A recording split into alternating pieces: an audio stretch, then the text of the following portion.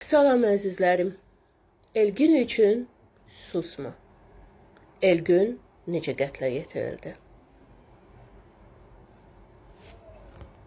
60 manat pul istəyiblər, ondan gətirə bilməyib. Amansızca öldürüb, döyüblər. Maşınla üstündən keçiblər. Gözünü çıxardıblar. Əmisi deyir ki, başı nə gündəydi bilinmirdi. Onu atıblar, orada belə qalıb və bunu görən hansısa hafizəçi inilti səsi eşidib gecə ilə və götürüb polisə zəng vurub gəlib və xəstəxanada dünyasını dəyişib. Bu ölkədə edam mütləq qərarı yenidən bərpa olmalıdır. Belə insanlar İranda kimi asılmalıdırlar? Baxın, uşaqları zorlayan, az yaşlı uşaqları zorlayanlar, narkotik satanlar, pula görə kiminsə balasını belə amansızca öldürənlərə 17 il, 18 il idmançını öldürdülər ha. Mənim verişimdə bir həftə oyuna mövzu elədim mən. Onun anası gedib onun qəbrini qucaqlayırdı. Onu öldürən adam atası əməkdar idman müəllimi idi. Neyin ilə mən o tərbiyəni ki, sən qatil böyütdün? Elgünün qatilləri və yaxud ailəsini qətlə yetirən Əhmədlər. Bu proseslər özü-özünə baş vermir. Dünən Qızılcıq şərbətində də məhz belə bir mövzuya toxunuldu. Orada Ömərin övladı saydıqda, yəni ki, Ömərin övladı bir uşaq tərəfindən bıçaqlandı, sağ qaldı, kinonu danışıram. Və ata-ana gəldi üzr istəməyə. Deyir ki, bizim uşaq belə deyildi, əvvəl energetik idi, enerjili idi, qapanmışdı, o bursu sonu qapandı. Əgər uşaq evə qapanırsa, bu artıq bir siqnaldır. Qapanmaq onun dəyişkənliyi deyil. Bir maraqlanın, nəyə qapanıb? Telefonda nəyə baxır? Telefon və cəmiyyət uşaqları torlayır. O cəmiyyəti siz tərbiyə verməyən valideynlər və yaxud tərbiyə verib sonraki davranışlarına nəzarət etməyən valideynlər təşkil edir. İnternetdə də sizlərsiz, internetdə hələ o bəyənmədiyiniz TikTok'un özündə çox gözəl kontentlər var. Yəni gərək boş-boş şeylərə baxarsınız, orada yer var. Boş-boş şey çıxdı, ya şikayət edirsiniz, ya da maraqsız deyirsiniz. Bir-iki dəfə maraqsız eləyəndə o kontentlər çıxmır.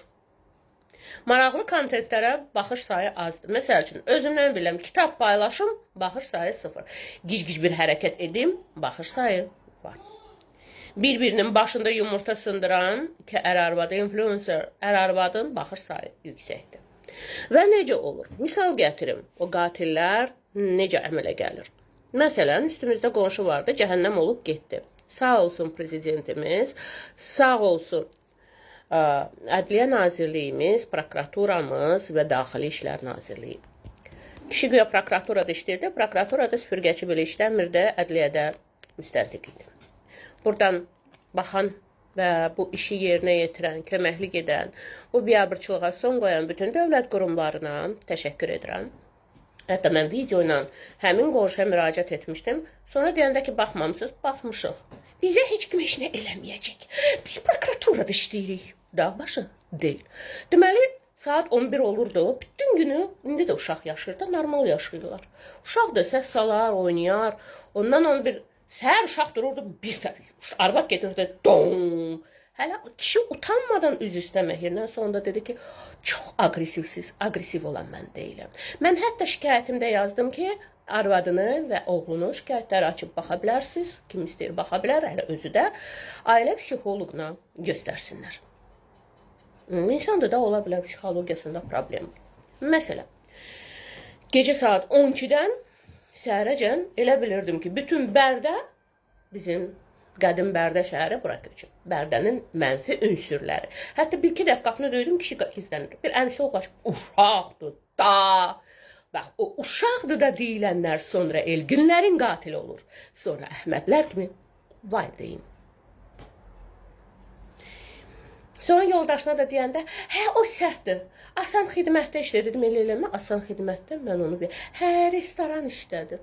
Ki, gözüm aydın. Süpürgəçi də ola bilərsən, nazir də ola bilərsən, padişah da ola bilərsən. Şikayət edirəm. Gözümün qabağında uşaq götürür belə, dang. Deyirəm, ay bala, ay filan kəs. O ilə sənə nə oldu? Və yaxud mama gedir, gecə saat 1-dir. Dang.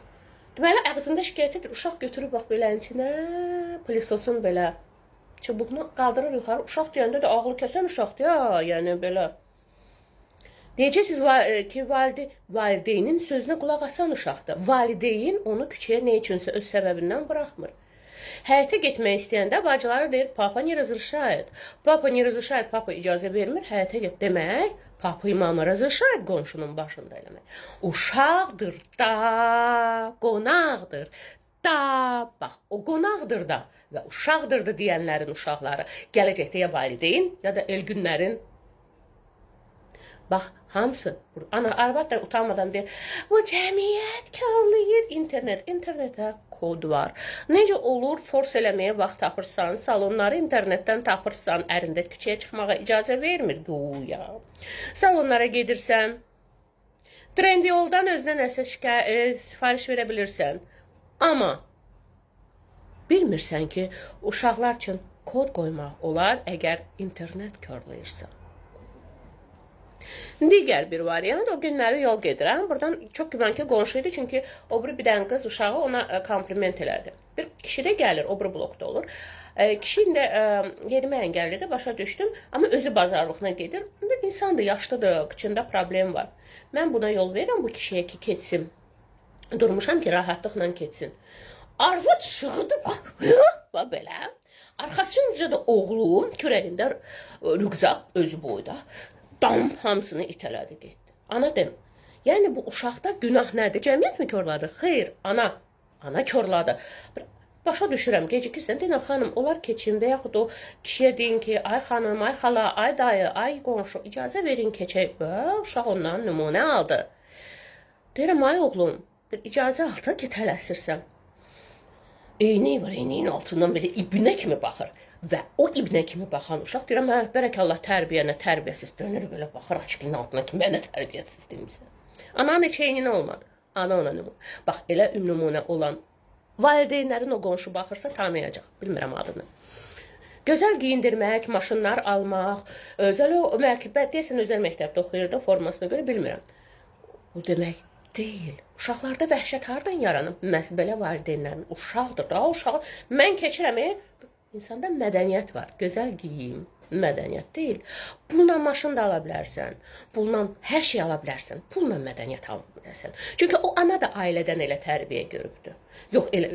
Yəni mənim gözümün qabağında tərbiyəsizliklərə valideyn örnək olubdur. Və yaxud digər yəni bir tanış var, şikayətlənir ki, qızım belə sözə qulaq asmır, qızım belə məktəb yaşlanır və qızı da tanıyıram, sakit bir uşaqdır. Sonra deyir ki, hə, internetdə, deyirəm, bir bax, gör kimlərlə yazışır. Sonra deyir, hə, uşaq özünə tabut düzəltmişdi, daha bilmirəm nədən düzəltmişdi, maket. Söktüm, dedim, təbrik eləyirəm səni. Dırnaq arası, sabahları uşağın özünü və yaxud kimisə qətlə yetirəndə, o mavi balina kimi oyunlara qoşulanda, heç kəsi yox, özünü qına. Uşağın anası pedaqoqdur.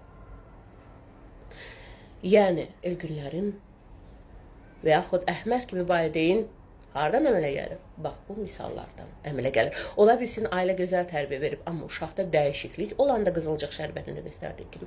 Bir maraqlanın, tərbiyə vermək uşağa şiddət demək deyil.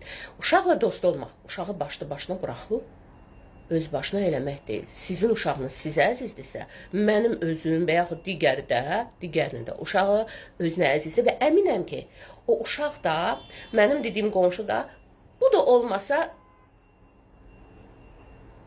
üz qarası olacaq və bunda o uşaqların yox, onu körpəlikdən tərbiyə verən valideyn də olacaq. Ona görə mən həmişə kiməsə nəsə ayrılanda Allah ürəyincə versin, haqqımı halal eləmirəm deyəndə o şəxsə deyirəm sənin valideyninə də haqqımı halal eləmirəm. O üstəki qonşunun arvadına da, ərinə də, qızları ilə işim yoxdur. Hətta balaca uşaq da olsa, mən uşaqları çox sevərəm.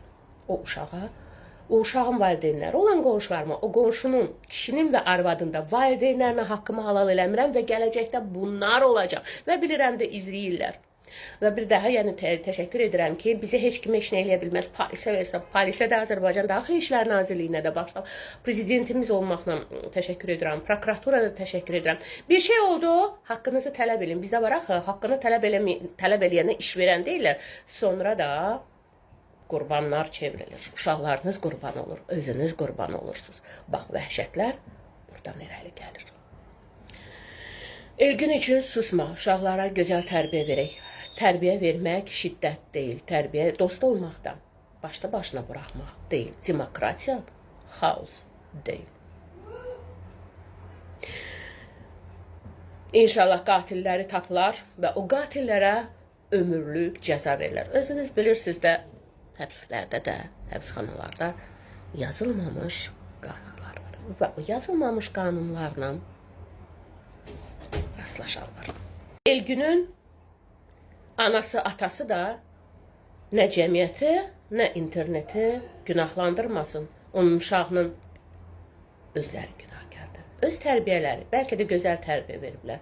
Amma uşaqların kimlərəsə qoşulması, necə olması, internetdən belə pis vərdişlərə alıda olması, internetə kod qoymaması və uşağı ilə maraqlanmamasıdır. Balıq başından çürüyər. Əgər hər hansı bir uşaq olursa, onun ən böyük günahkarı nə cəmiyyət, nə internetdə, o cəmiyyəti təşkil edən onun uşaqdır da deyən valideynləridir. Onunla maraqlanmayan valideynləridir. Elgün üçün susmaya, qatillər tapılsın, cəzalandırsın və Elgün ən son qurbanlardan olsun. Məndən